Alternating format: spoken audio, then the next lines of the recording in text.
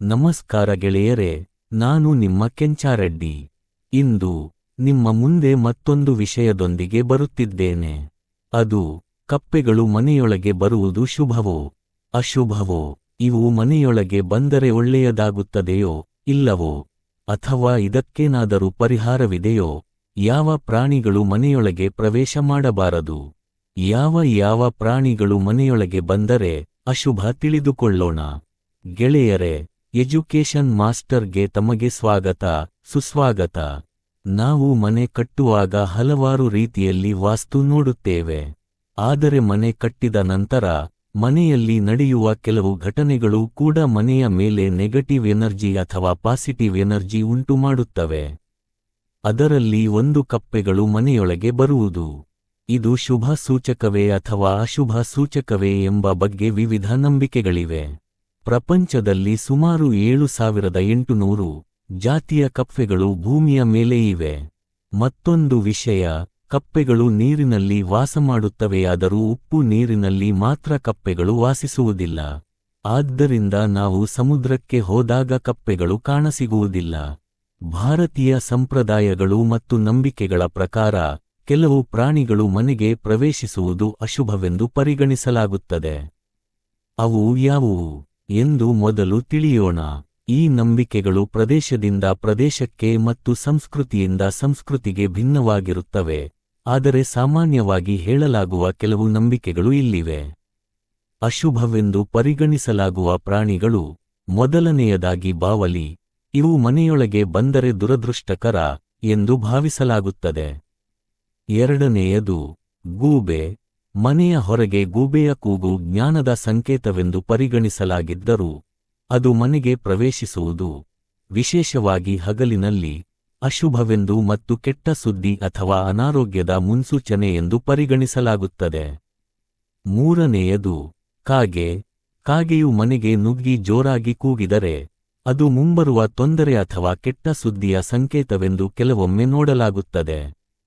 ಆದಾಗ್ಯೂ ಮನೆಯ ಹೊರಗೆ ಅವುಗಳ ಉಪಸ್ಥಿತಿಯನ್ನು ಸಾಮಾನ್ಯವಾಗಿ ಪೂರ್ವಜರ ಆತ್ಮಗಳಿಗೆ ಸಂಬಂಧಿಸಿವೆ ಎಂದು ನಂಬಲಾಗುತ್ತದೆ. ನಾಲ್ಕನೆಯದಾಗಿ ಹಾವು.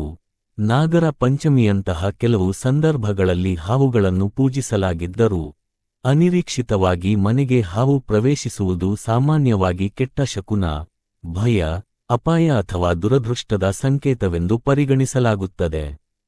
ಐದನೆಯದಾಗಿ ಪಾರಿವಾಳ.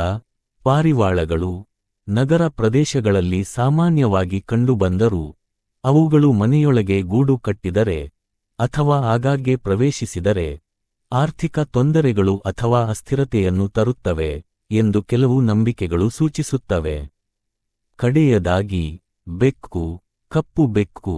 ಕಪ್ಪು ಬೆಕ್ಕು ದಾರಿಗೆ ಅಡ್ಡ ಬಂದರೆ ಅಥವಾ ಮನೆಗೆ ಪ್ರವೇಶಿಸಿದರೆ ಅದು ದುರದೃಷ್ಟ ಅಥವಾ ಮುಂಬರುವ ದುರದೃಷ್ಟಕರ ಘಟನೆಯ ಸಂಕೇತವೆಂದು ಪರಿಗಣಿಸಲಾಗುತ್ತದೆ. ಇನ್ನು ಕಪ್ಪೆಗಳು. ಭಾರತದಲ್ಲಿ ಸಾಮಾನ್ಯವಾಗಿ ಕಪ್ಪೆಗಳು ಮನೆಗೆ ಬರುವುದು ಶುಭವೋ ಅಶುಭವೋ ಎಂದು ತಿಳಿಯುವ ಮೊದಲು ಈ ಚಾನಲ್ ಅನ್ನು ಇನ್ನೂ ಸಬ್ಸ್ಕ್ರೈಬ್ ಮಾಡಿಕೊಳ್ಳದಿದ್ದರೆ ಕೂಡಲೇ ಸಬ್ಸ್ಕ್ರೈಬ್ ಮಾಡಿಕೊಂಡು ನಂತರ ಪೂರ್ಣ ವಿಷಯ ತಿಳಿದುಕೊಳ್ಳಿ. ಆಗ ಎಲ್ಲರಿಗೂ ಒಳ್ಳೆಯದಾಗುತ್ತದೆ. ಪೂರ್ಣ ವಿಷಯ ತಿಳಿದುಕೊಂಡ ನಂತರ ಕೂಡಲೇ ಮೂವರಿಗೆ ಶೇರ್ ಮಾಡಿ, ನಿಮಗೆ ಒಳ್ಳೆಯದಾಗುತ್ತದೆ. ನಿಮ್ಮನ್ನು ಕಪ್ಪೆರಾಯ ಆಶೀರ್ವದಿಸುತ್ತಾನೆ. ಕಪ್ಪೆಗಳು ಮನೆಯೊಳಗೆ ಬರುವುದನ್ನು ಹಿಂದೂ ಸಂಪ್ರದಾಯದಲ್ಲಿ ಶುಭ ಸಂಕೇತ ಎಂದು ಪರಿಗಣಿಸಲಾಗುತ್ತದೆ. ಕಪ್ಪೆಗಳು ಶುಭ ಸೂಚಕ ಎಂದು ಹೇಳಲು ಕಾರಣಗಳು. ಸಮೃದ್ಧಿ ಮತ್ತು ಅದೃಷ್ಟ. ಕಪ್ಪೆಗಳು ಸಮೃದ್ಧಿ, ಸಂಪತ್ತು ಮತ್ತು ಅದೃಷ್ಟದ ಸಂಕೇತವೆಂದು ನಂಬಲಾಗಿದೆ. ಮನೆಯೊಳಗೆ ಕಪ್ಪೆ ಬಂದರೆ ಆ ಮನೆಗೆ ಸಂಪತ್ತು ಮತ್ತು ಸುಖ ಸಮೃದ್ಧಿ ಬರಲಿದೆ ಎಂದು ಹೇಳಲಾಗುತ್ತದೆ. ರೂಪಾಂತರ ಮತ್ತು ಹೊಸ ಆರಂಭ. ಕಪ್ಪೆಗಳ ಜೀವನಚಕ್ರವು ಮೊಟ್ಟೆಯಿಂದ ಗೊದಮೊಟ್ಟೆಯಾಗಿ ನಂತರ ಕಪ್ಪೆಯಾಗಿ ಪರಿವರ್ತನೆಯಾಗುವುದನ್ನು ಸೂಚಿಸುತ್ತದೆ. ಇದು ಜೀವನದಲ್ಲಿ ಹೊಸ ಬದಲಾವಣೆಗಳು, ಬೆಳವಣಿಗೆ ಮತ್ತು ರೂಪಾಂತರಕ್ಕೆ ಸಂಕೇತವಾಗಿದೆ. ಆರೋಗ್ಯ ಮತ್ತು ರಕ್ಷಣೆ. ಕಪ್ಪೆಗಳು ಆರೋಗ್ಯಕರ ಪರಿಸರ ವ್ಯವಸ್ಥೆಯ ಸೂಚಕಗಳಾಗಿವೆ. ಅವು ಶುದ್ಧ ವಾತಾವರಣದಲ್ಲಿ ವಾಸಿಸುತ್ತವೆ.